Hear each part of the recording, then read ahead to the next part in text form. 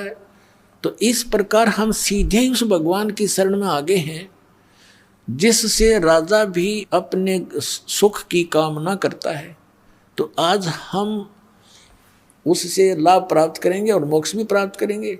आगे चल करके बहुत समय बाद, ये हजारों वर्षों तक रहेगी, ये सत भक्ति का ज्ञान भी चलेगा और सभी भगवान को चाहने वाले व्यक्तियां भक्ति करा करेंगे। कोई भी व्यक्ति विकारी नहीं रहेगा, क्योंकि तम्बाकू, शराब, मांस ये मनुष्य का सबसे बड़ा शत्रु है। ये कति मूल नाश होगा इसका, देख लेना कुछ दिनों। और जो ये बकवाद हमने कोठी बनाई, बंगले बनाने में सारा जीवन बर्बाद कर दिया रिश्वत ले लेकर, अपने आत्माओं जब जजों तक के ऊपर उंगली उठ रही है कि ये रिश्वत लेकर के अन्याय करते हैं, तो अंतालिया कति मानवता का नाश हो चुका है।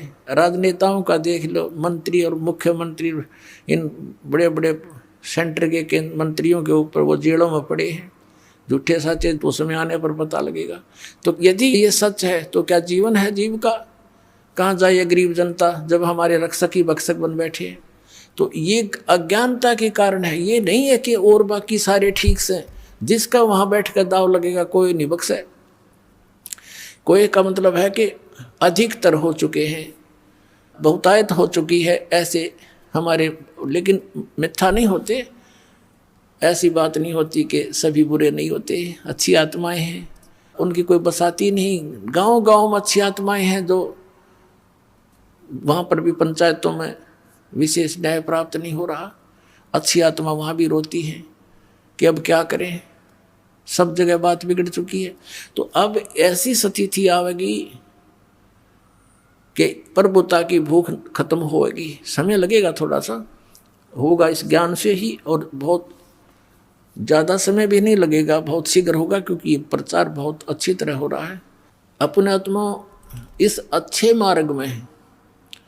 एक ये दास है जो सत्य बता रहा है।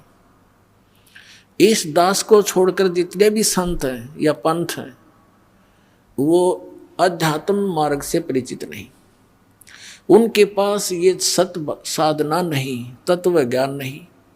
अब जैसे पुण्यात्मा कितना ही अच्छा हॉस्पिटल हो और कितना ही नेक डॉक्टर बैठा हो बोलन में चालन में, लेकिन उसके पास ट्रीटमेंट उस रोग का है नहीं, तो खाक है वो हॉस्पिटल और खा क्या है वो डॉक्टर। फिर कितना अच्छा हो, कितना अच्छा बोलता हो, उसने क्या करेंगे हम?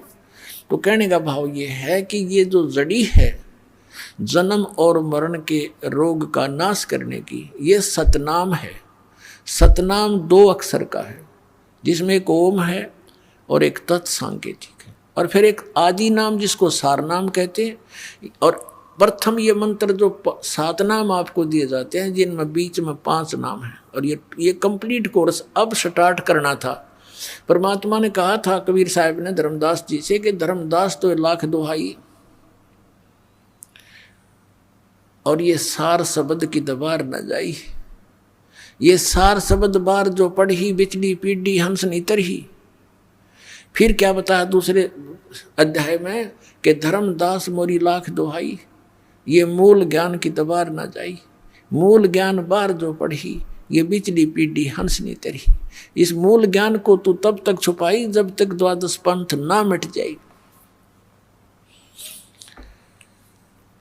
अब अभी तक इसको छुपा के रखना था, ये मंत्र भी नहीं सार्वजनिक करने थे। आदरणीय नानक साहिब जी को भगवान मिले बेई नदी पर एक जिंदा महात्मा के रूप में, सचखंड लेकर गए। इसी तरह आदरणीय गरीबदास साहिब जी को मिले थे गांव छुडानी जिला जज्जर हरियाणा में। ऐसे ही आदरणीय गीसा दास साहिब जी को मिले थे गांव खेखड़ा जिला मेरठ उत्तर प्रदेश में। ऐसे आदरणीय दादू साहिब जी को मिले थे। ऐसे आदरणीय मरुगदास जी को मिले थे।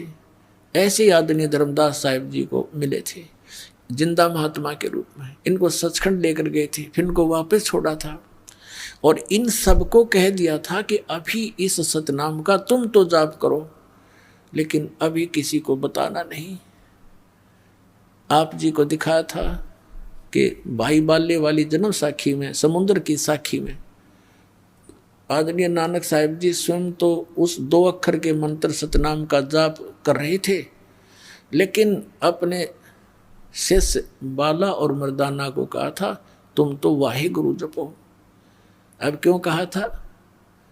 क्योंकि आदेश था परमात्मा का कि ये पुण्यात्मा है। जैसे उन महापुरुषों ने 5 नाम स्टार्ट किए थे नानक साहब जी ने, फिर आगे चलकर प्रत्येक धर्म के लोग जो अपने सोच से उनको छोड़ देते हैं, क्योंकि ये 500 नाम इन हमारे कमलों के अंदर प्रधान विराजमान हैं। जैसे मूल कमल में गणेश जी, और जैसे स्वाद चक्र में सावित्री वर्मा जी, नाभि कमल में विष्णु और लक्ष्मी जी, हृदय कमल में शिव और पार्वती जी, कंठ कमल में दुर्गा जी, ऐसे ये 5 नाम हैं।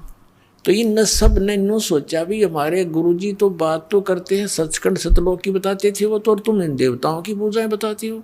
तो फिर उन्होंने इन पूजाओं को त्याग दिया और फिर केवल एक जो नानक साहब ने कहा था वाहिगुरु वाहिगुरु जाप करो, एक ओंकार कर्ता पुरुष निर्भव, ये पूरा सतनाम, ये महिमा है भगवान की। जैसे गायत्री मंत्र बना रखा है हिंदुओं ने, वैसे तो उसके सामने ओम मंत्र नहीं लगाना चाहिए, क्योंकि ये यजुर्वेद अध्याय नंबर 36 का मंत्र 3 है, इसमें ओम नहीं लगा है। इन्होंने अपनी सोच से जैसा बना रखा, अब विषय दूसरा, इसलिए यहाँ आगे नहीं बढ़ाएंगे इसको। तो वहाँ नानक साहब जी स्वयं तो वो सतनाम का जाप कर रहे हैं और शिष्यों को बना कर रहे हैं, और साथ में सार्वजनिक भी कर दिया कि कोई आने वाला इस समय के लिए कि हमें फिर पहचान जाएंगे कौन सा मंत्र है वो 2 अक्षर का और जिससे मोक्ष हो सकता है। और उस समय क्यों किस कारण से ये नहीं दिया गया सिख समाज में, और अब ये दास बताएगा वो सब कारण, सब रीज़न, क्योंकि इस दास को परमात्मा ने भेजा ही इस उद्देश्य से है कि इस समय में सबको वो ज्ञान गूढ़ बताऊं जो परमात्मा के बच्चों ने, उन महापुरुषों ने अभी तक छुपा कर अपने घर में दबा जरूर दिया, अपनी अमृतवाणी में छुपा लिख रखा सबने।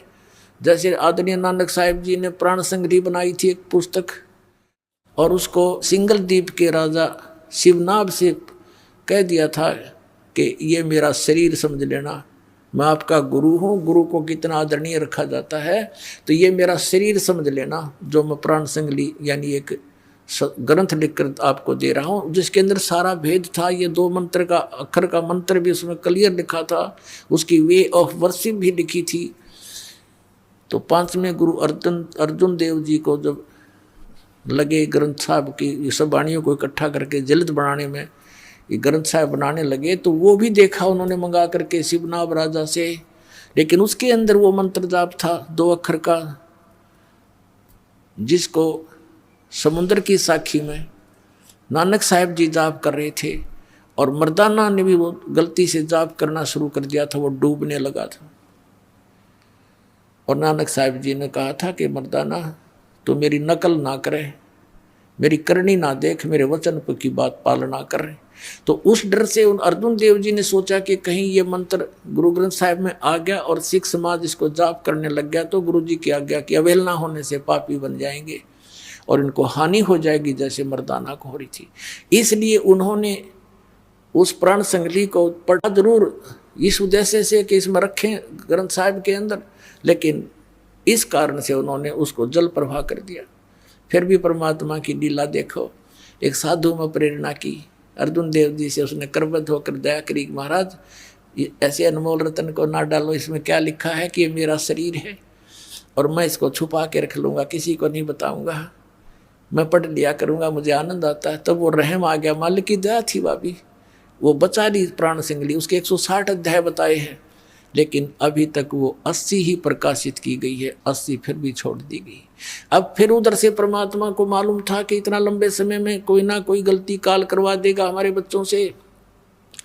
आदरणीय गरीबदास साहिब जी को भेजा और उसको सचखंड लेकर गए, फिर उनको वापस छोड़ा और पूरा वो ज्ञान कंप्लीट और भेज दिया, दे करके वो मंत्र भी क्लियर लिख दिया, राम नाम जप कर थर होई, ओम सोहम मंत्र दोई, ओम सोहम मंत्र जपिए, योग युगतिया धूणी तपिए, आदरणीय गीसादास साहिब जी ने कहा कि ओम सोहम जप ले भाई, राम नाम की यही कमाई।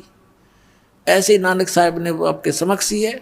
तो ये इस मंत्र का अगर अब डिस्क्लोज तो करना ही करना है, क्योंकि हमने पुस्तकों में भी छाप रखा है, लेकिन इसकी विधि नहीं बता सकते हम ऐसे किसी को, और विधि के बिना उसका यूजलेस नहीं, फिर अधिकारी से लिए बिना भी इसका कोई लाभ नहीं। एक अपॉइंटमेंट लेटर है और उसी भाषा को कोई लिख ले और अधिकारी के दस्तक होना और वो अपने दस्तक कर दे तो यूजलेस है, करें रो दस्तक। वो तो अधिकारी से ही होंगे साइन उसके, तभी उसकी वैल्यू बनेगी। तो ये दास अधिकारी है, इससे ये मंत्र प्राप्त होगा तो आपको लाभ होगा।